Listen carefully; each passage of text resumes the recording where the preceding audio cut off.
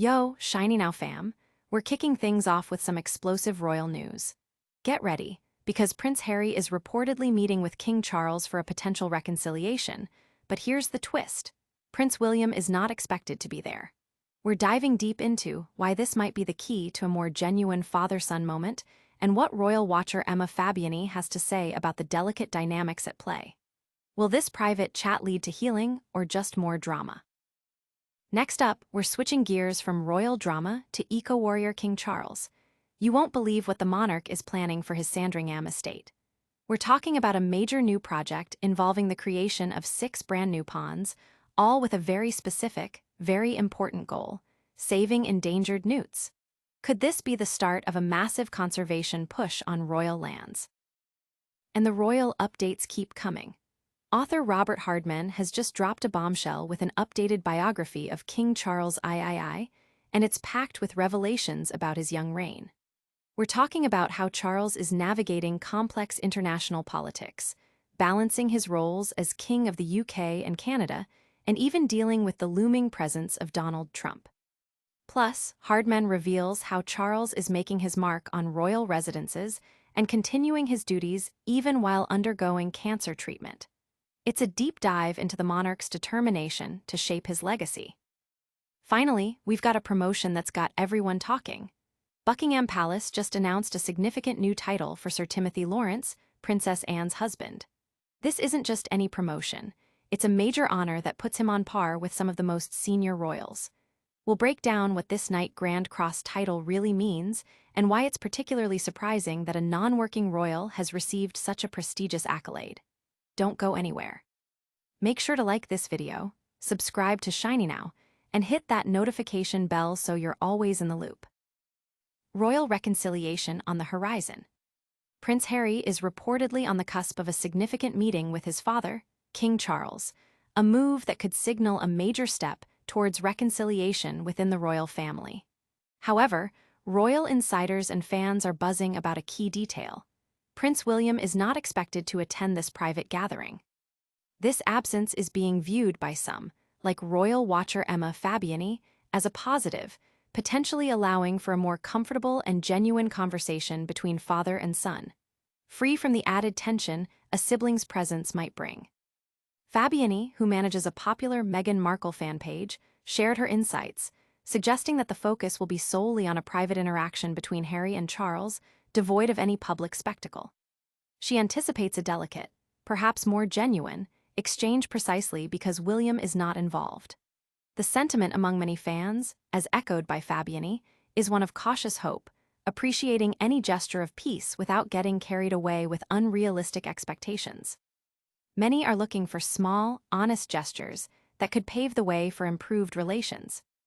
While Meghan Markle is expected to remain in the US with their children, her influence behind the scenes is not discounted. The meeting comes after months of reported efforts by Harry to reconnect with his father, including representatives meeting in London over the summer. With the Well-Child Awards scheduled for September in the UK, the timing appears opportune for this private discussion. The potential for a subdued affair, concluding perhaps with a handshake and earnest dialogue rather than grand pronouncements, seems to be the prevailing prediction. Don't change the channel just yet, because the royal family's story is far from over. We're about to explore how King Charles is making his mark on the environment next. King Charles's Green Initiative, Ponds for Newts. In a surprising move that blends royal tradition with modern conservation, King Charles has unveiled ambitious plans to transform his sprawling Sandringham estate. The monarch is set to oversee the creation of 6 brand new ponds, a project aimed at providing a vital sanctuary for endangered great crested newts. This initiative is part of a broader vision to enhance biodiversity across the royal estate, with plans also in the works to establish protective reedbeds this autumn. These water bodies are designed to support a wide array of wildlife, including birds, mammals, amphibians, reptiles, and invertebrates. The king's particular focus on the great crested newt highlights a growing concern over the severe decline of this protected species in Britain over the past 5 decades, largely due to the loss of their natural pond habitats. Notably, there have been no recorded sightings of these newts within a 2 km radius of the proposed Sandringham site in the last 10 years. The submitted plans emphasize the long-term goal of strengthening local biodiversity. This conservation effort arrives at a time when newts, as a protected species, have influenced major development projects, prompting discussions about the balance between housing needs and wildlife protection. The Council is expected to make a decision on the plans by September 10th, with the estate already situated within an area of outstanding natural beauty and boasting significant protected land. Stay with us because the King's story isn't done yet. We're diving into the updated biography that reveals King Charles's reign and his surprising political maneuvers. Charles III, the King making his mark. As September 8th approaches, marking 3 years since Queen Elizabeth II's passing and King Charles II's accession, a newly updated biography by Robert Hardman offers a compelling look at the monarch's young and dynamic reign. Hardman's updated, Charles III delves into the king's determination to establish his own legacy, revealing how he has moved beyond being the new king to simply the king, already surpassing several historical monarchs in length of reign.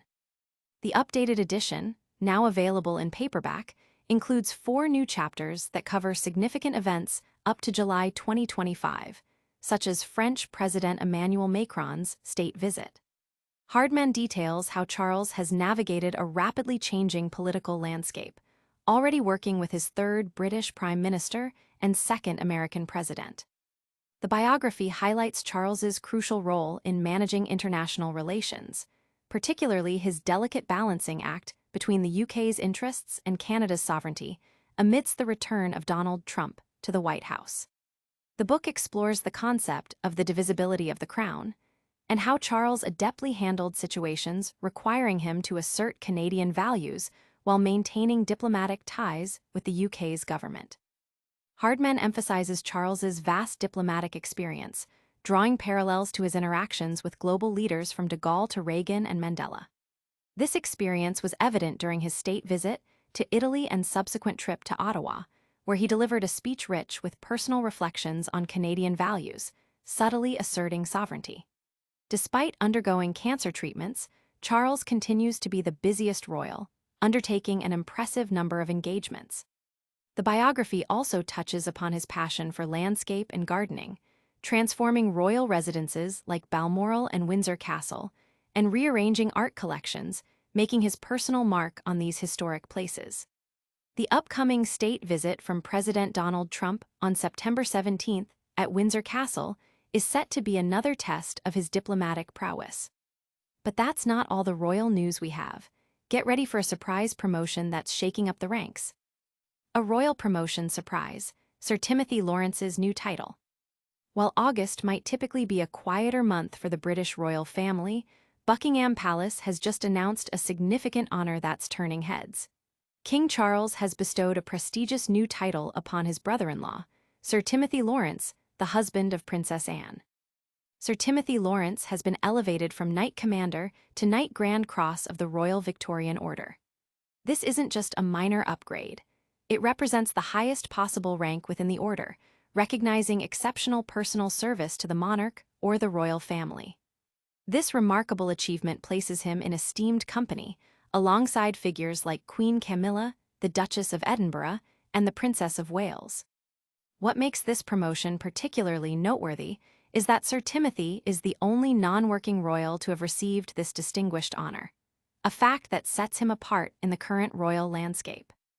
This new title technically positions Sir Timothy above Prince Harry within the order's hierarchy, though given Harry's departure from official royal duties in 2020, this is unlikely to cause significant friction.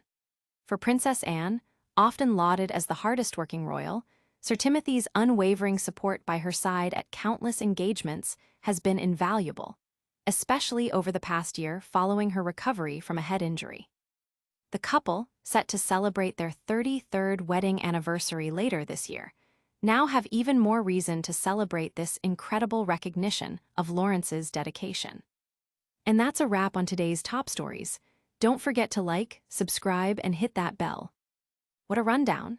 We saw Prince Harry potentially meeting King Charles without Prince William, King Charles planning ponds for endangered newts at Sandringham, an updated biography revealing King Charles's reign and diplomatic moves, and Sir Timothy Laurence receiving a huge promotion.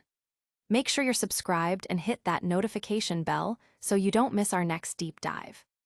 Let us know in the comments which story you found most fascinating, and follow us on all social platforms for more royal insights.